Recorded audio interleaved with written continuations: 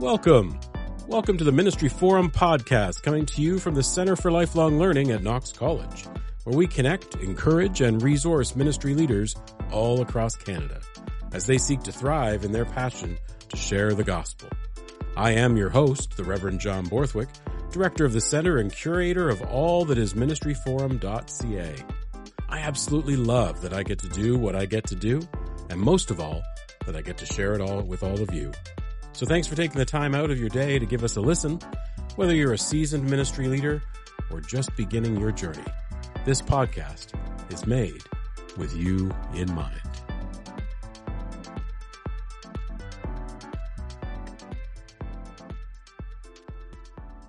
Welcome to the Ministry Forum podcast. This week we're talking to representatives from churches that have signed on to the 1% Spiritual Covenant. Don't know what I'm talking about? Then you must have not attended our Creative Ways Being Church Today conference held in Hamilton, Ontario on June the 1st, where Adrian Jacobs shared beautifully about this collaborative and prophetic work that he's been advocating for as a step towards greater reconciliation between Indigenous communities and the church. Our guests today will help us understand the 1% Spiritual Covenant better. They'll also speak about the journey that their congregations embarked upon to get there, how it's been going, and what insights they learned along the way. We're so very grateful to have representatives from Charleswood and Home Street Mennonite churches in Winnipeg, Manitoba, and Sterling Mennonite in Kitchener, Ontario. We had reached out to Hope Mennonite in Winnipeg, but they weren't able to join us for this conversation. It is interesting that from what we know, only 4 congregations across Canada have signed on to the 1% Spiritual Covenant. And from what we know, all of them are Mennonite. And 3 of the 4 are in the city of Winnipeg. So perhaps we'll speak a bit about that reality today in our conversation with our guests. Before I begin, I would just want to acknowledge that I'm recording from Treaty 3 territory in the province of Ontario, Haldimand Tract, the traditional territories of the Attawandarook, the Mississaugas, the Anishinaabe, and the Haudenosaunee peoples. So welcome, everyone. Thanks so much for taking the time to share your stories and inspire our Ministry Forum community to learn more about the 1% Spiritual Covenant. I wonder if we could start. We're going to try and do a little circle. We've got about 5 of you on our conversation today. So I wonder if we could start to just maybe introduce yourself a little bit. Tell us maybe about the congregation that you're representing and their role in that congregation and your participation in the 1%, supporting the 1% covenant. Perhaps we could start with, let's start with Elsie. And I attend and am a member at Charleswood Mennonite Church. I had just become council chair when we were deciding to get involved with the spiritual covenant, and it was actually the first proposal that I drafted as council chair. I'm no longer in that role, but that's how I'm participating in this conversation. That's great, Elsie. Welcome. Thank you so much. And let's talk to Pat. Hi, I'm Pat Mansky from Sterling Avenue Mennonite, and my role is I'm part of a small, gotten a little smaller spiritual covenant working group that was appointed by Church Council in 2020. And so our journey to spiritual covenant started much before that, as you'll hear, but this small group has been working at carrying out the spiritual covenant since 2020. And I've had various roles at the church, but right now I'm on this committee. Lovely. Welcome, Pat. And Jonathan. Hello. Jonathan Neufeld from Charleswood Mennonite Church. I'm actually bivocational. I am a co-pastor at Charleswood Mennonite Church and also work half-time for Mennonite Church Canada as the Indigenous Relations Coordinator for the National Church. So have the privilege of sort of participating in national regional conversations as well as working at it sort of boots on the ground on a congregational level. And so I came to the congregation 2 years ago and joined their Indigenous Solidarity Committee, which is the group that holds the question about whom to partner with in the 1%. And so we've been in that discernment together, and that's what brings me here. Awesome, Jonathan. Thanks. And Esther. Well, yes, I'm a member of Home Street Mennonite, and I'm also a member of our Indigenous Settler Relations group, where we informally call it the ISRG. And we formed as a group in 2016, right after the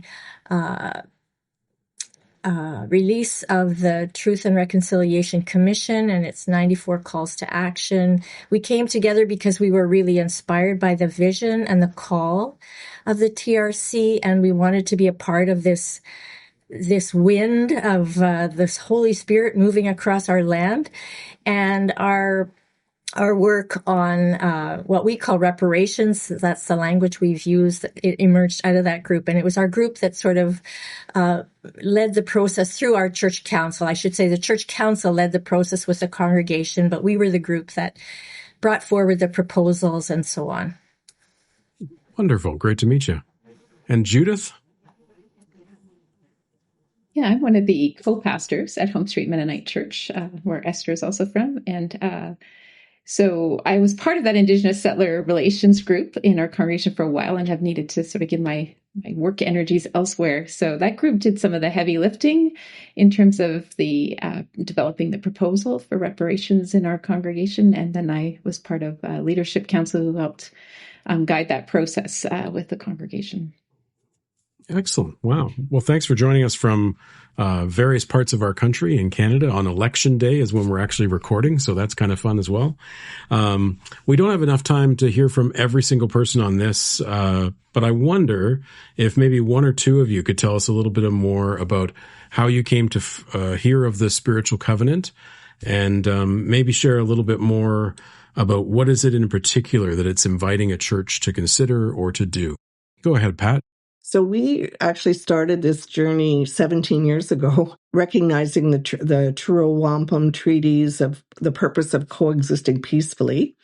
And we had Adrian Jacobs was involved 17 years ago in coming to our church and educating us on the treaties. And at that time, the spiritual covenant wasn't in the works, but just more of an education kind of role.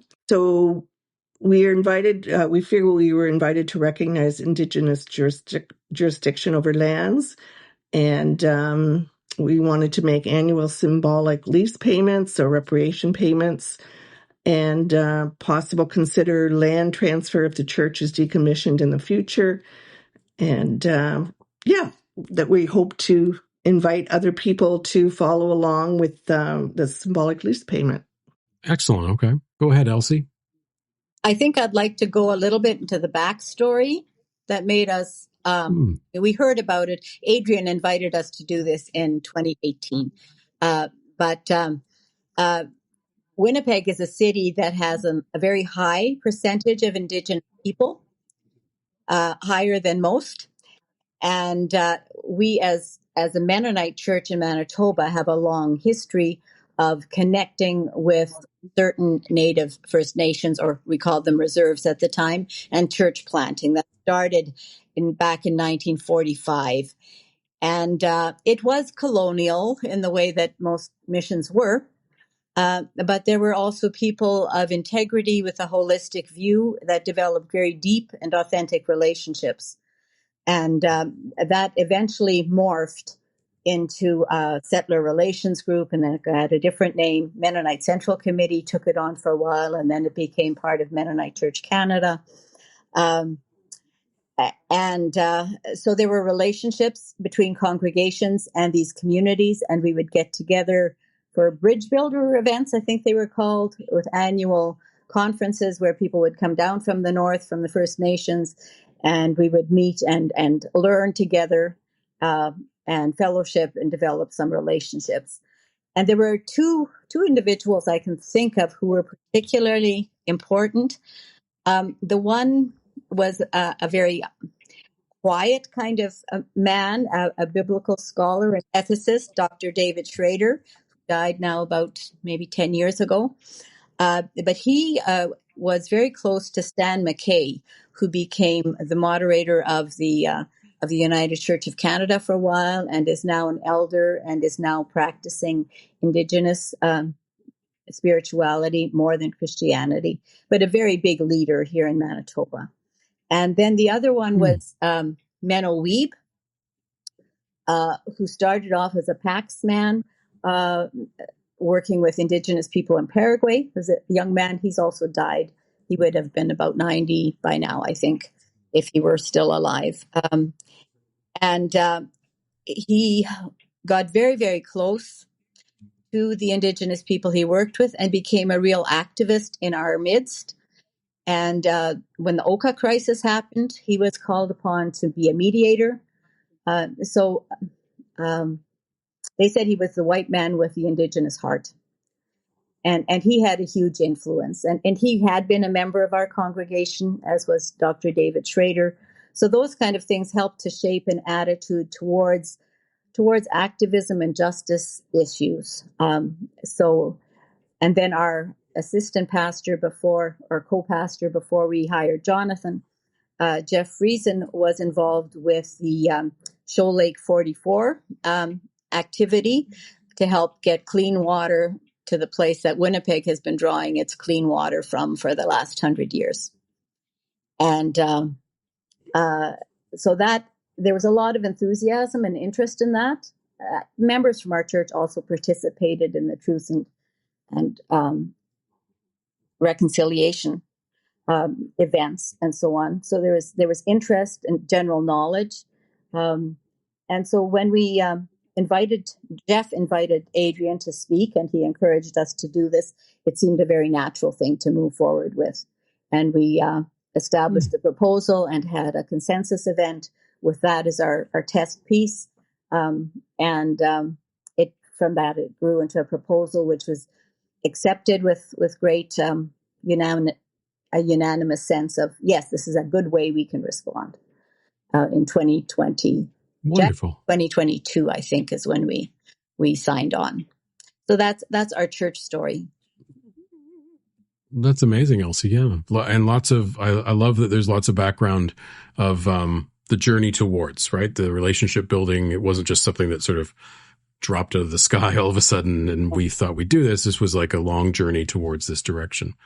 I think, Esther, there was an email back and forth that you had mentioned just around making a distinction for our audience between those who are in Winnipeg and those who might be in Kitchener. Kitchener-Waterloo is very close to where I come from, Guelph, just around the Haldeman track, and maybe Pat could speak into it as well. But Esther, did you want to speak into sort of this differentiation around what the spiritual covenant is actually inviting, what it might be inviting some churches into, to do?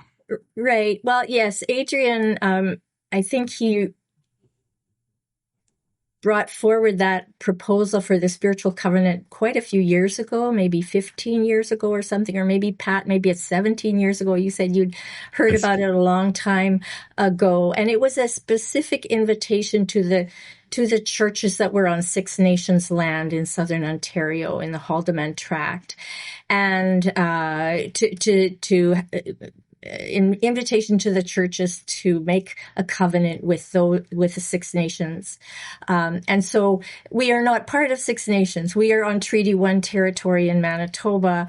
And so, we have not signed on in a formal way, however, to that particular proposal, but we have been very much shaped by it and inspired by it, and inspired by the vision that Adrian brought forward. And he too influenced us very much. He was living in Winnipeg for quite a number of years. And as he spoke to Charleswood, he also came and did a teaching session with our congregation that helped us along our journey. And then he sort of acted as a consultant for us as well on some questions.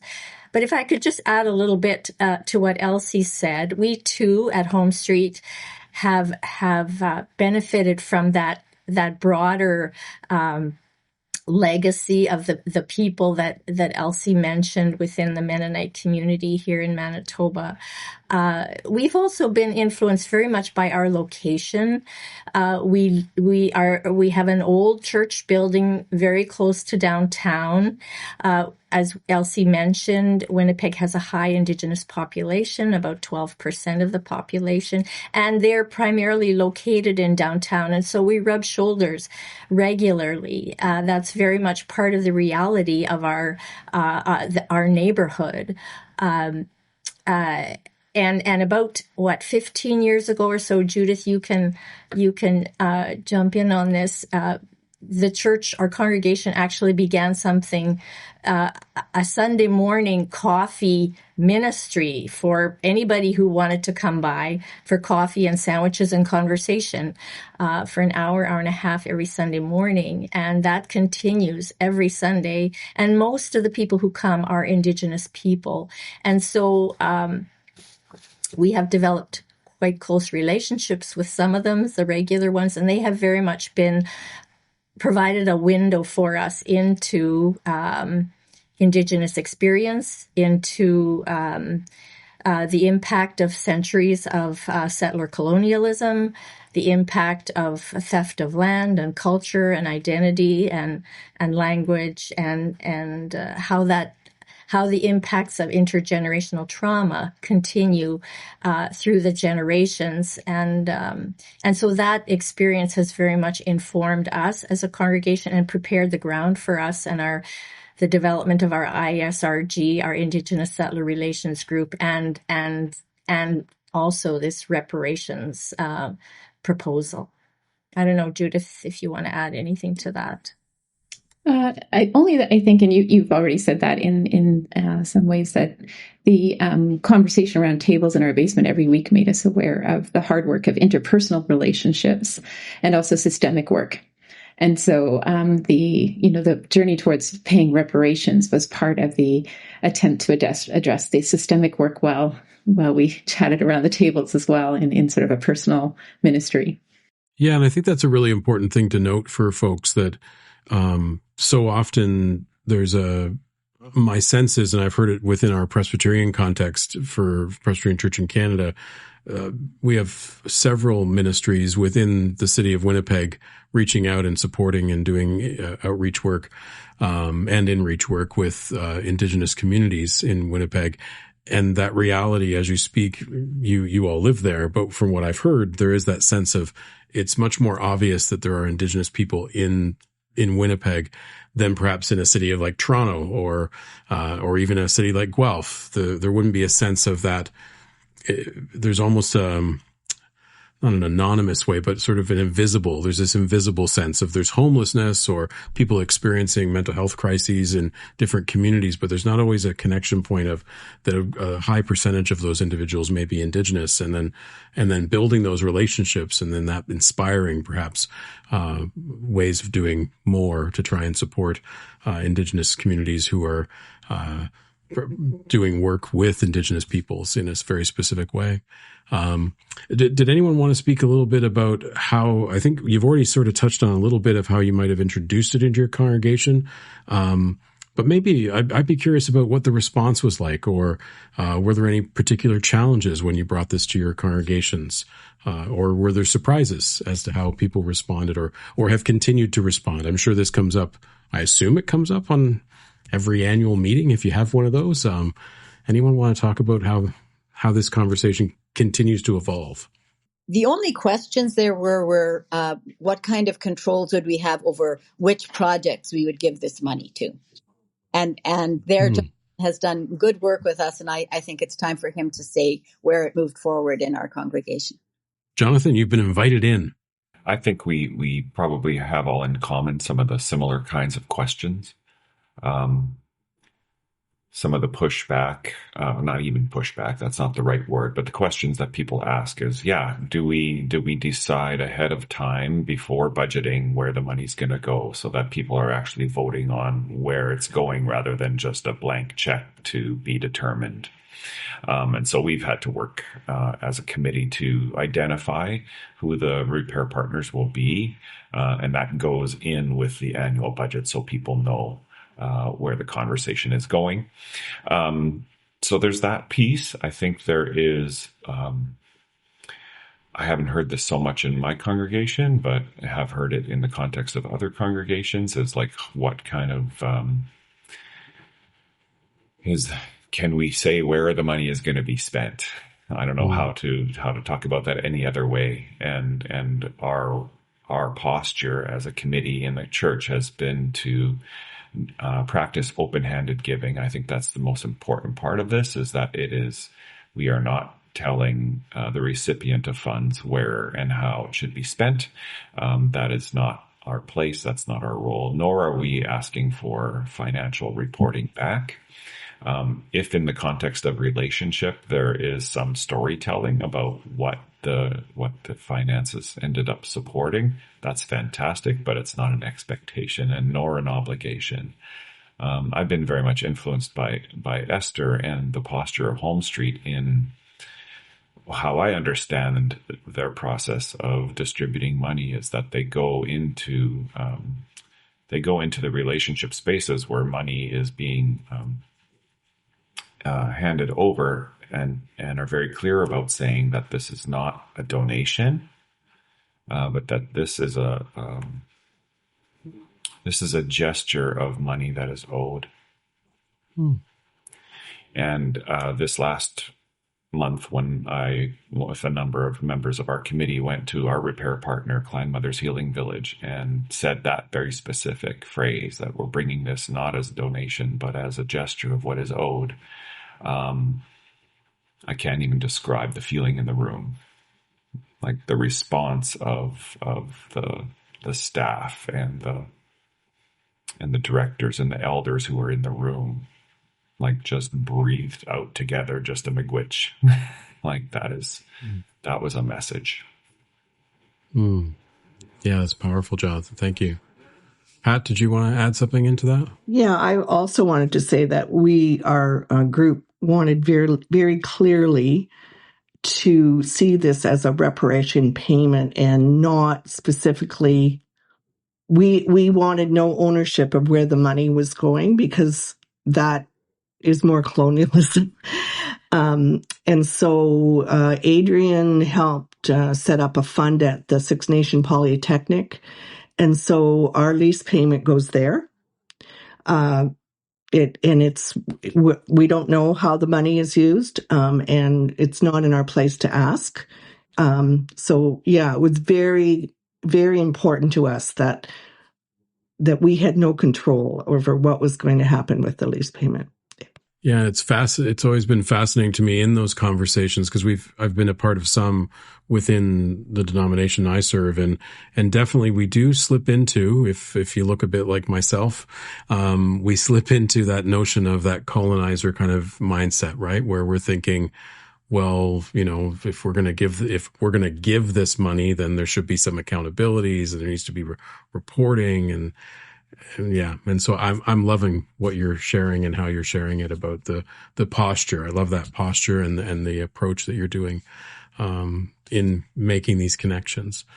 Anyone want to add anything else to this? Or I was also wondering about if in this process of seeking out partners or seeking out those who might be the recipients, has it opened some maybe new doors for conversations or new relationships that you hadn't had before?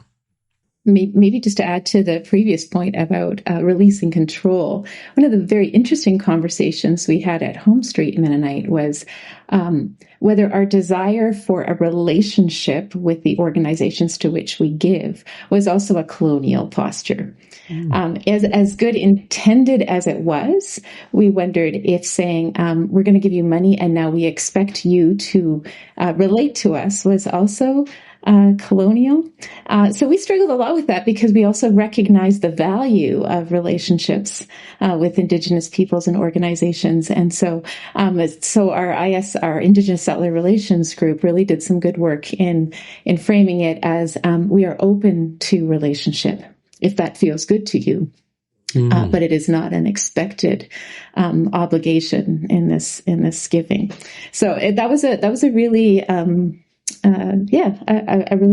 we pondered that for a long time. I really appreciate that. Yeah, Jonathan.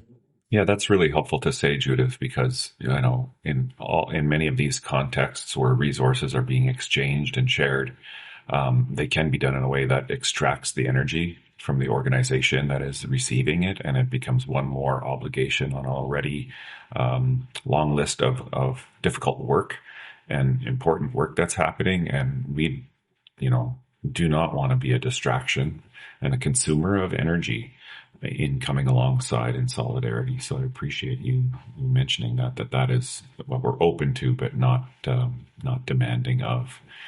This isn't a pathway to find new best friends, and that and the expectation of that is unfair. Absolutely, and it may be that there could be a lot of baggage around whether or not one would want to be friends with us, with our history and all those things. Yeah.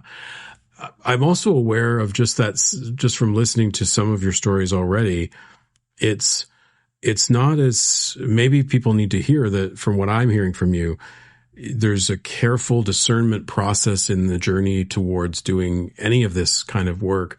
But even in the midst of it, it's not as simple as, in my context, it would be someone making a motion at an annual meeting that we just do this and then it's just done. It sounds like you're taking it very seriously, which means it takes more time, which means that there's people in the room who are willing to maybe do the courageous step of pressing pause and saying, hey, what are we actually expecting? Or what do we mean by our words? And I think that's a beautiful gift of what I'm bearing witness to in the conversation. Anyone want to speak into that, just around the time you've invested or the time you've had to take, and sometimes maybe even had to step back and say, oh no, I think we've overstepped, or we need to give some more thought to this? Yeah, in our congregation, 17 years is a long time, but we weren't working. We did have a pause. So we have the fortunate benefit that we've had for the last number of years, more than 17, a mission and peace and justice worker who's paid by our church.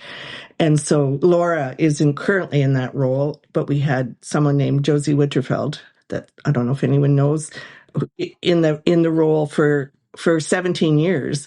Yeah. And so she worked very hard at, I don't think we would be where we are right now without having having Josie, having spearheaded and kept this alive. Like, even though we had a pause, she brought it back when the congregation was ready to receive more, and just we did lots of education, and we did lots of faith formation time.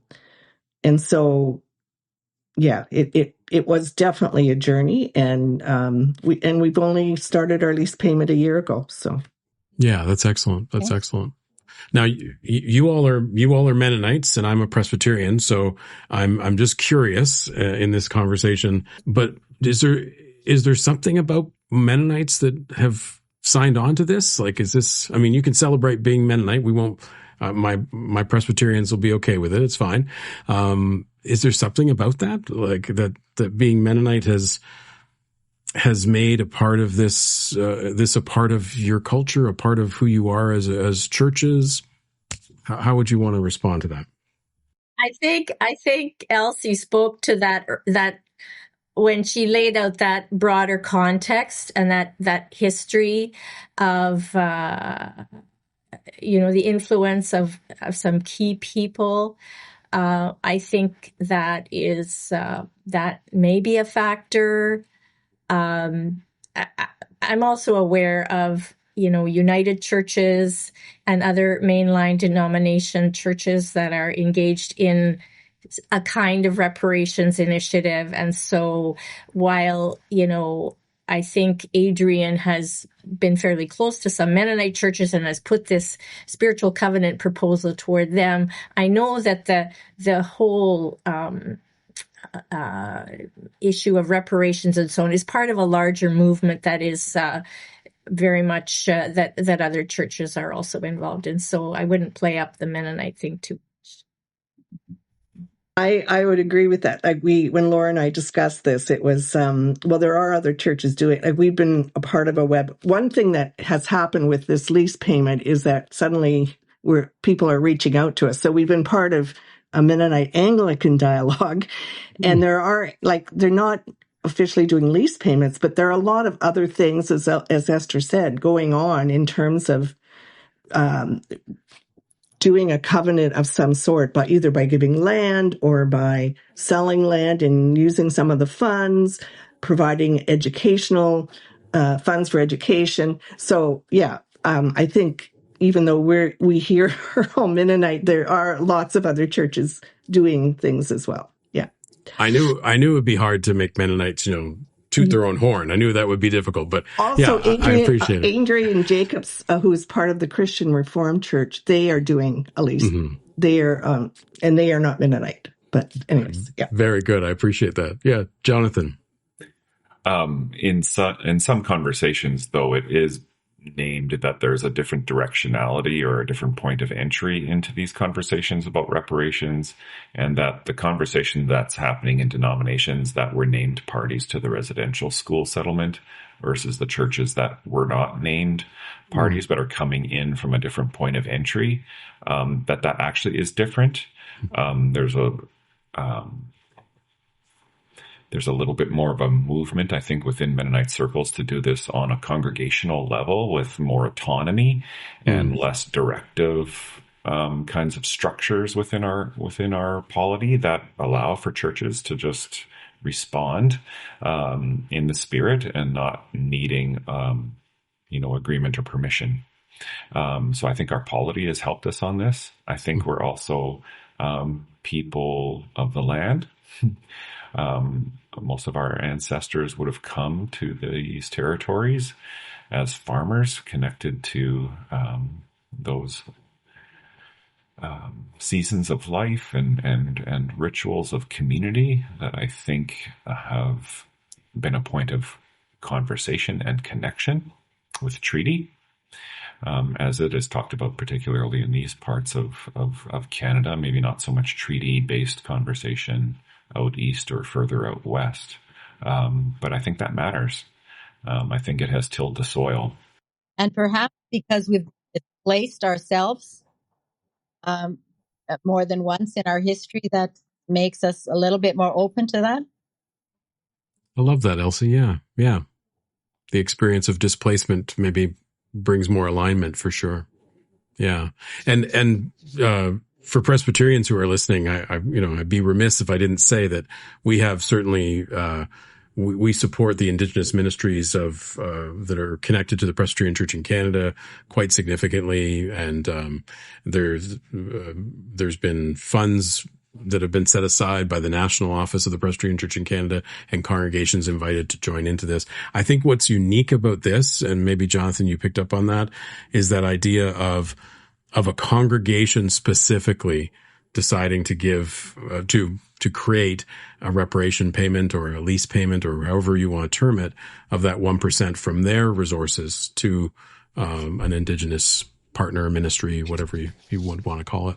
I think that's really unique. Yeah. Like I came into this conversation, I was in pastoral ministry in Seattle, Washington for 15 years before coming here, and there has been a well-established reparations fund that our church participated in there. So I was bringing that background and returning to Canada. And I think one of the pieces that was formative for us as a congregation was the writing of, found in the book, Decolonizing Wealth.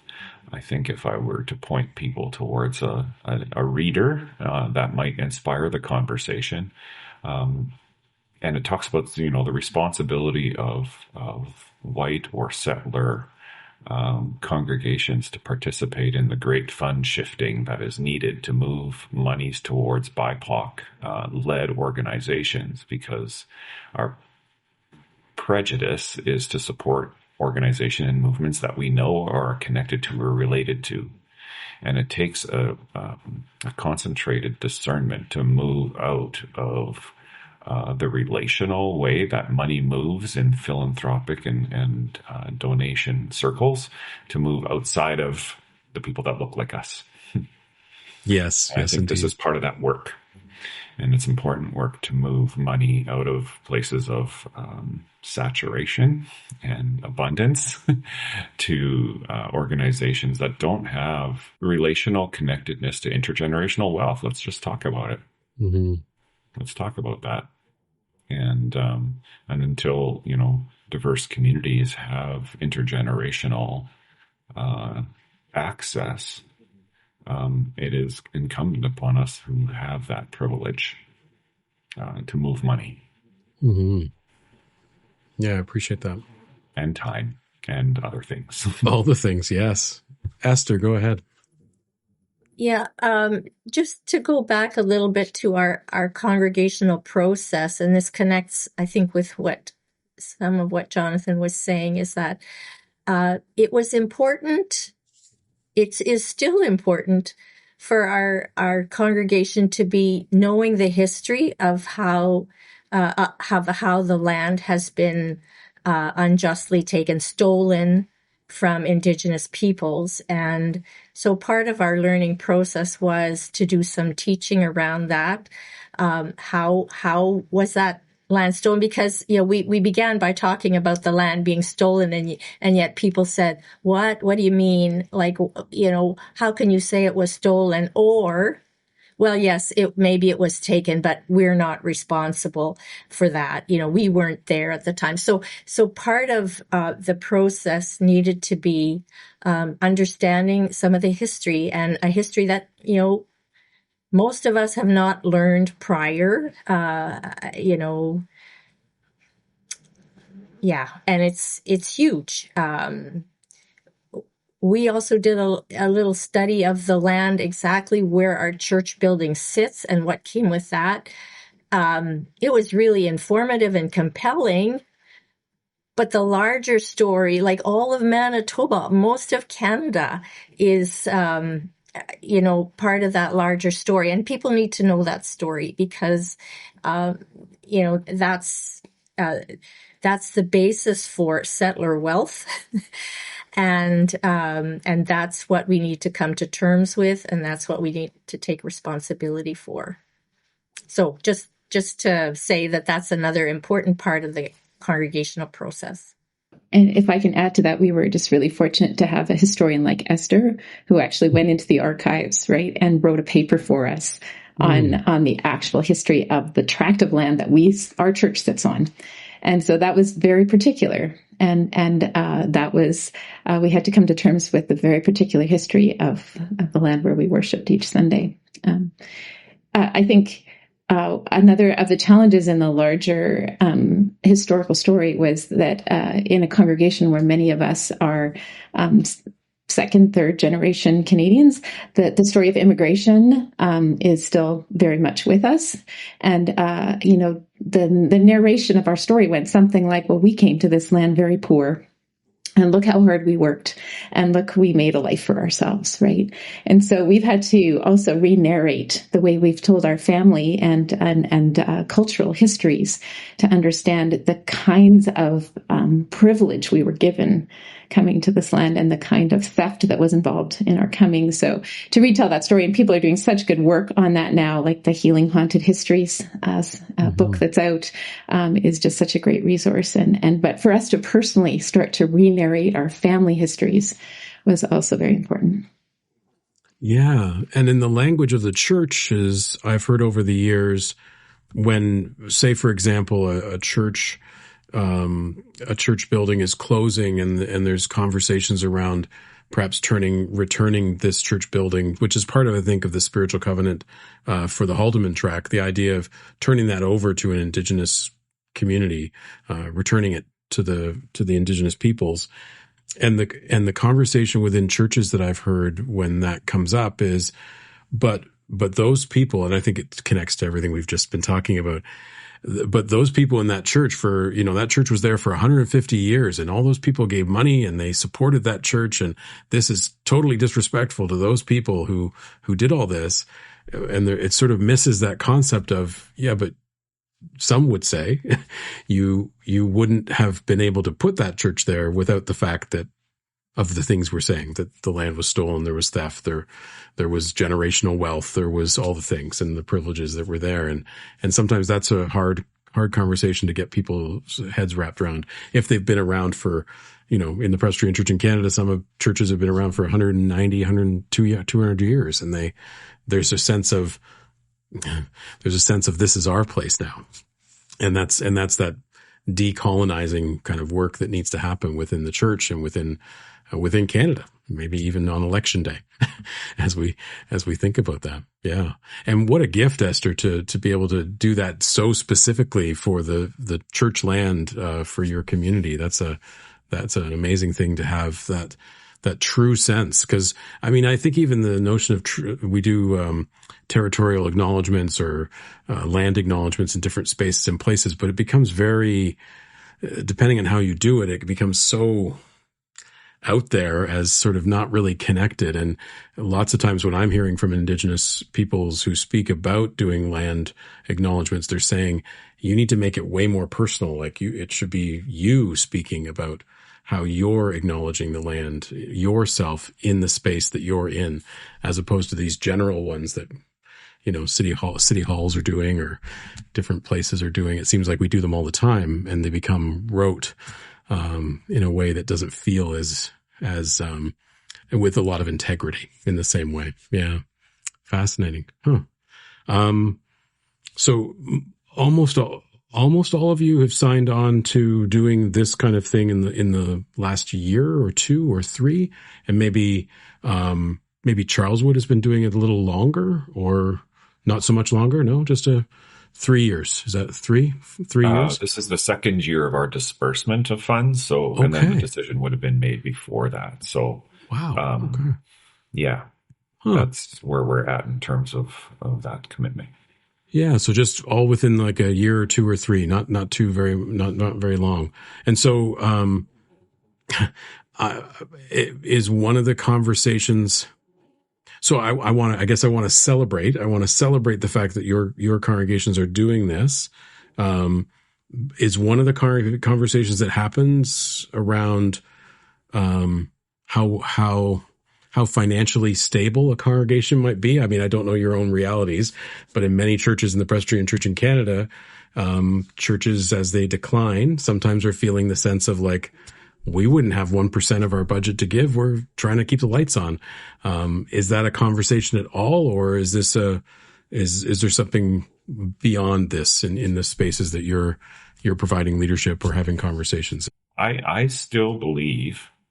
I was a part of another sort of organization that was building up a reparations conversation, and I remember it was a scrappy little nonprofit that we were starting that was working in solidarity and with Indigenous needs in the United States. And we made a decision at one point to, for every $1 that was donated to our work, 60% of it went directly to an Indigenous organization as a way to support repair.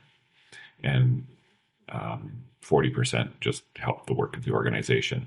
Now that's a pretty big number in terms of percentage wise, but what we realized or experienced upon sort of making that known broadly is that then our donations went through the roof. In other words, if people know that there's money going directly to places of significance and need and importance, that's actually inspiring. And I think there's more money coming as a result of generosity and the sense that we aren't just in this for ourselves and that we have a strong financial reparations and commitment.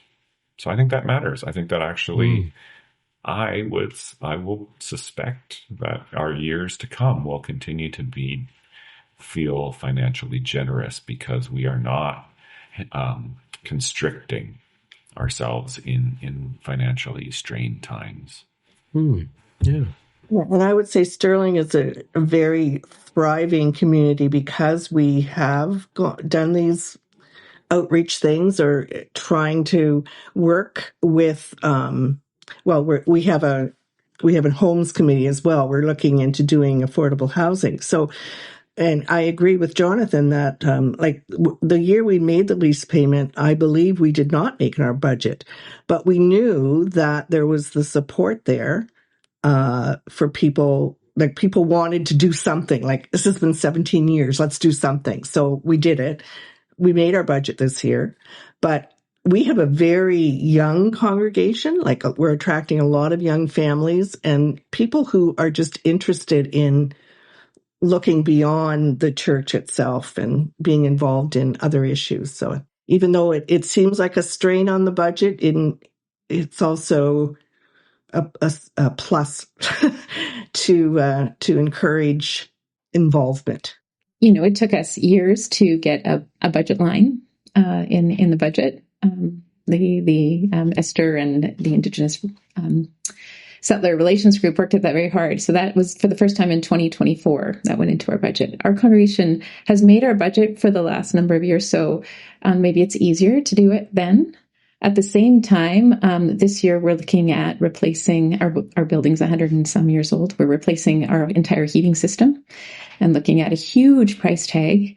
And so even as that conversation went on this year, no one brought up the reparations line and said we should reconsider that. And so I'm hoping it will become in our budget line as automatic as paying the heating bill and turning the lights on, that it's just that critical. And it's such a small amount of money in the grand scheme of things. It really is a gesture, but still a very important one. So that's our hope, that it will just become ingrained and sort of indispensable. And I do think when we make commitments like that, it encourages people to get involved. Just by way of information, like our thinking around the reparations, the organizations that we are moving money towards, that we would commit at least to doing it for 3 years in a row, no questions asked, and then revisit it and might extend that or shift. And I'm wondering if other congregations have some imagination around sort of length of time, or is it always an indefinite commitment to a particular organization? I'm wondering how we're gonna come out on that in a few years. Ours would be similar. 3 years. We said to organizations, this is our commitment to you for 3 years, and then we'll have a conversation. Not sure at all what that will look like at this point, because we're still in the early years of the relationship. But that was the commitment, 3 years initially. Ours would be indefinite. We have not done a 3-year cap or anything. It just, because it's going to Polytechnique, we figure it's a neutral, like a sort of a neutral catch point for the funds, so it's not going to a specific organization. We haven't visited changing that in any way. Yeah, and it from what you're saying, it's feeling to me from a theological lens, a kind of sense of like the first fruits, or a sense of a biblical tithe. Like, this is just something we do.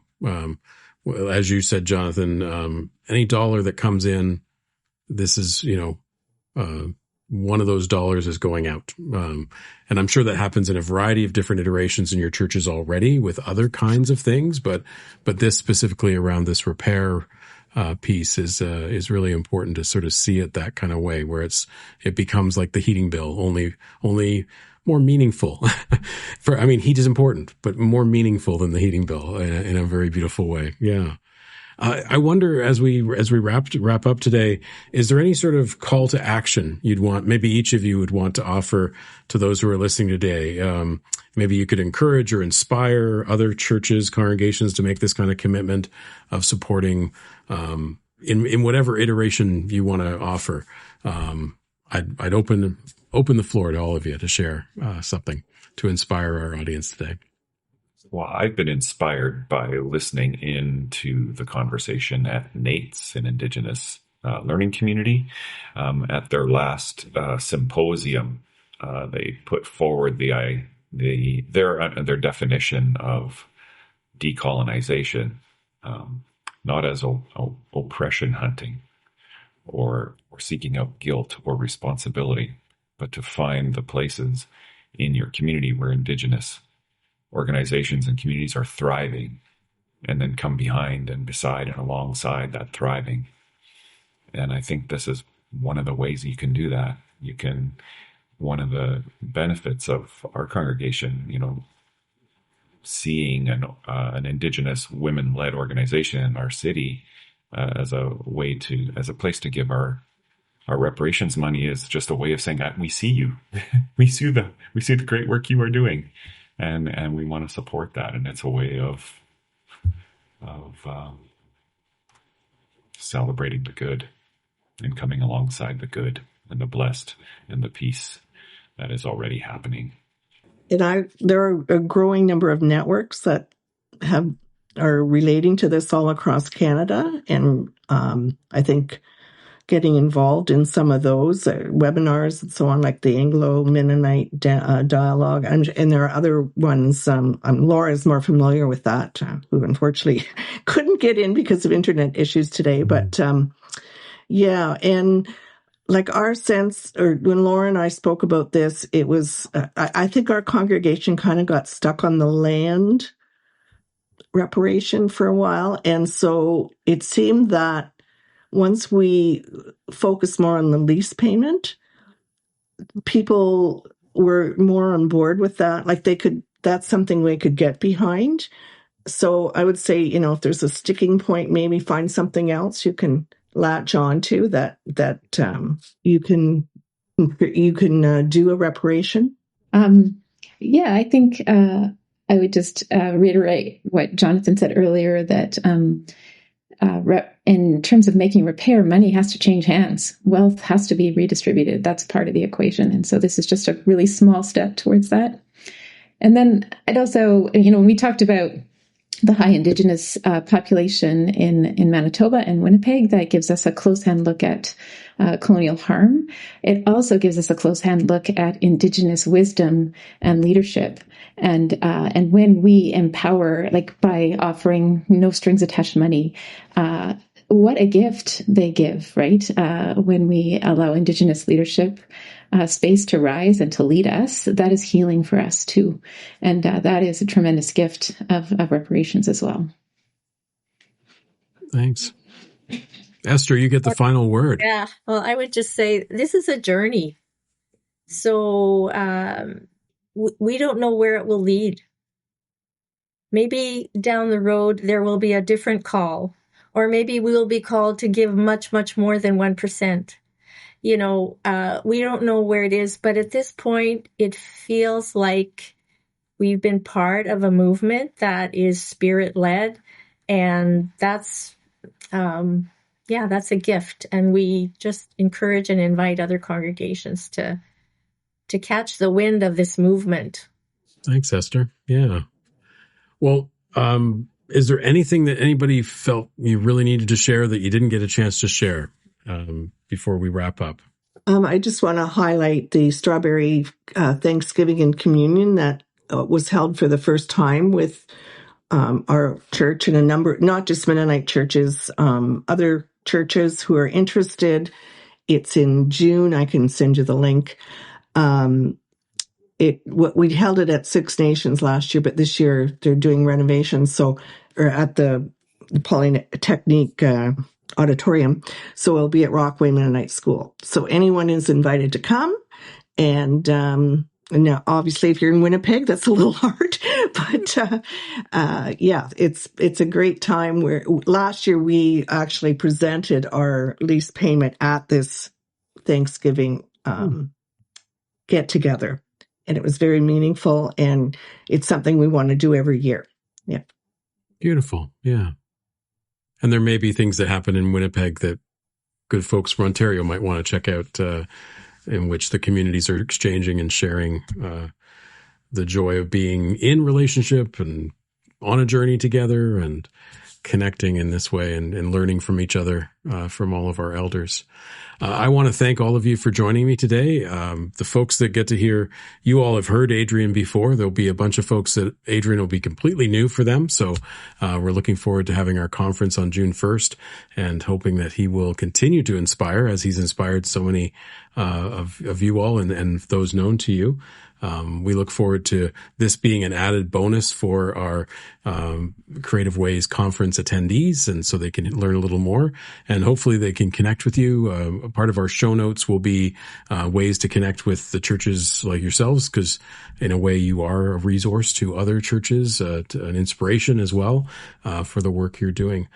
So thank you so much for joining me on the Ministry Forum podcast today, and I appreciate your willingness to share your stories, the thoughtfulness that you've brought to this, and the beauty of your congregations as they engage in this journey together. Thanks for joining us today on the Ministry Forum podcast.